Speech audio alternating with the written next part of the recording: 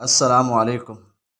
उलूमुल Arabia के channel पर एक मरतबा फिर हम आपको खुश आमदीद कहते हैं और उम्मीद करते हैं कि हस्ब साबिक यह वीडियो भी आपके लिए मुफीद होगी।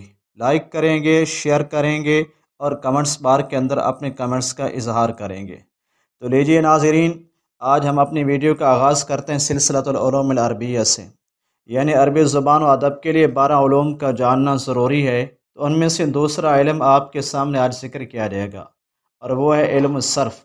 इल्म सर्फ़ की अहमियत के बारे में इतना ही कहना काफ़ी है कि अस्सर्फ़ उम्मुल उलूम, के सर्फ़ तमाम उलूम के लिए माँ की हैसियत रखता है।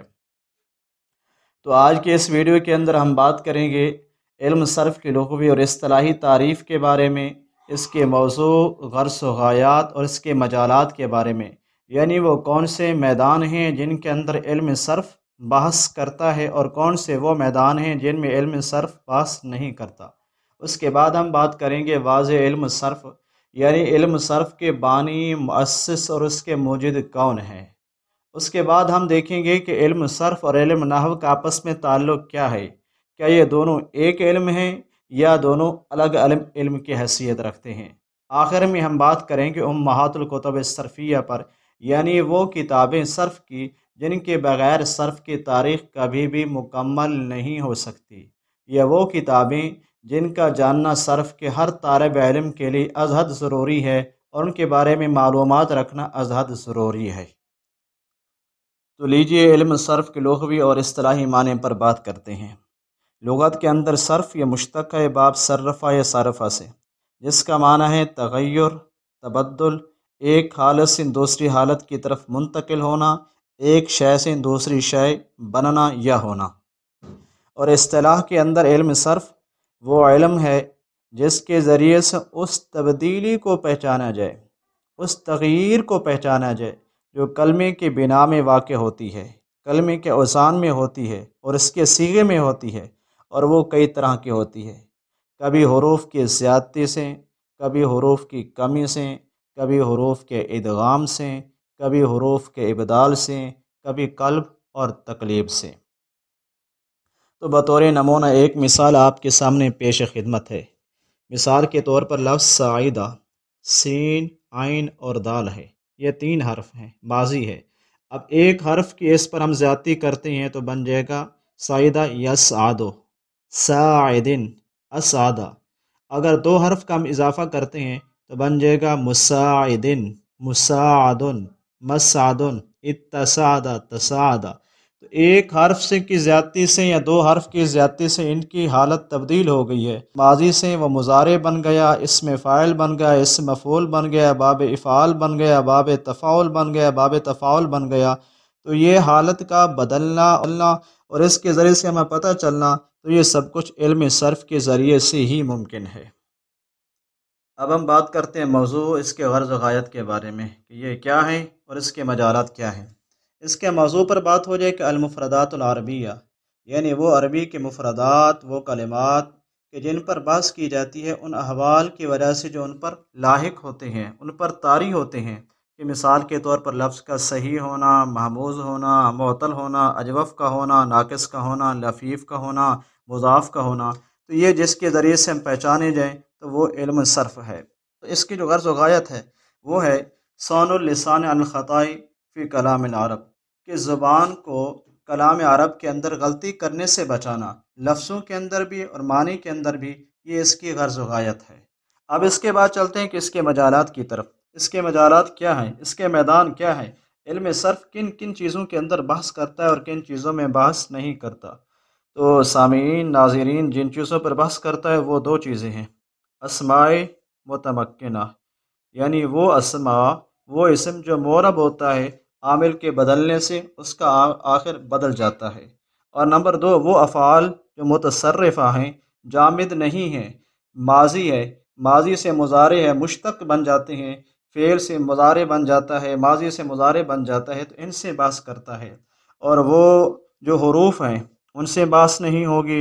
इसी तरह अस्मा जो मबनी है उनसे बहस नहीं होगी। और वो अफ़ाल जो जामिद हैं जैसे बिसा है, असा है, तो इनसे भी इल्म सर्फ़ जो है वो बहस नहीं करता। अब पेश खिदमत है वाज़े इल्म सर्फ़। علم صرف کا بانی کون تھا، اس کا مؤسس کون تھا؟ تو اس بارے میں مورخین کے درمیان بہت زیادہ اختلاف رہا ہے۔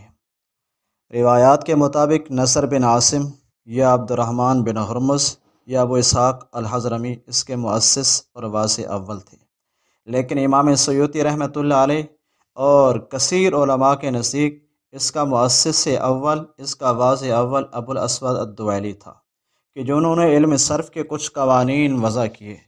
پھر اس کے بعد معاذ بن مسلم الحراء آئے، جنہوں نے علم صرف کو علم نحو سے الگ کیا، مسائل صرفیہ کو مسائل نحویہ سے جدا کیا، اور مسائل صرف پر بہت زیادہ انہوں نے فوکس کیا، یہاں تک کہ علم صرف کو ایک مستقل علم کی حیثیت سے پیش کیا۔ اس وجہ سے واضح اول وہی سمجھے جاتے ہیں۔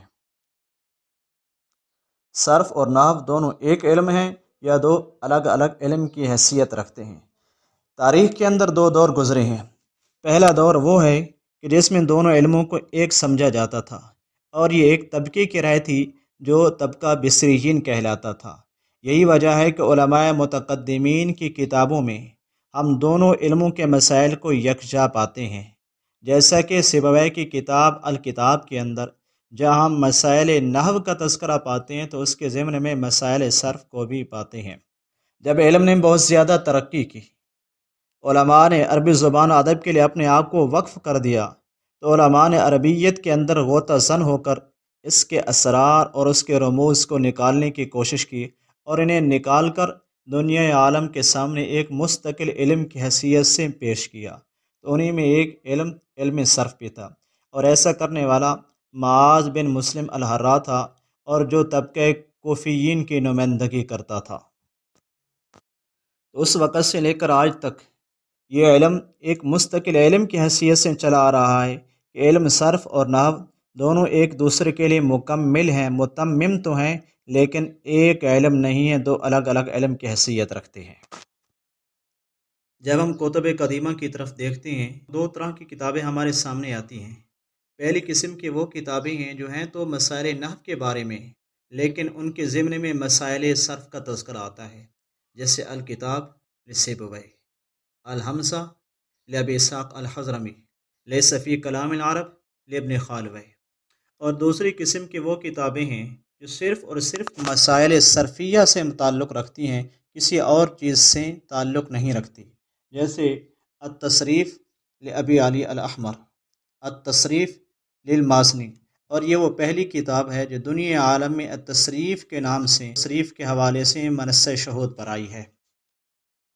تیسرے نمبر پر المنصف لابن جنی، التصریف للمازنی کی بہترین شرح ہے اور تمام مسائل صرفیہ کو جامع اور مانے ہے۔ چوتھے نمبر پر ابن جنی ہی کی کتاب ہے التصریف الملوکی، اور یہ بہترین شرح ہے جس کے بارے میں کہا جاتا ہے کہ علم صرف کا کوئی مسئلہ نہیں مگر اس کو بہترین طریقے سے پیش کیا گیا ہے۔ اسی طرح الممدود والمقصور لابی طیب الوشا، التصریف لابن کیسان، نزہۃ النظر، علم الصرف للمیدانی، المفتاح فی الصرف للجرجانی۔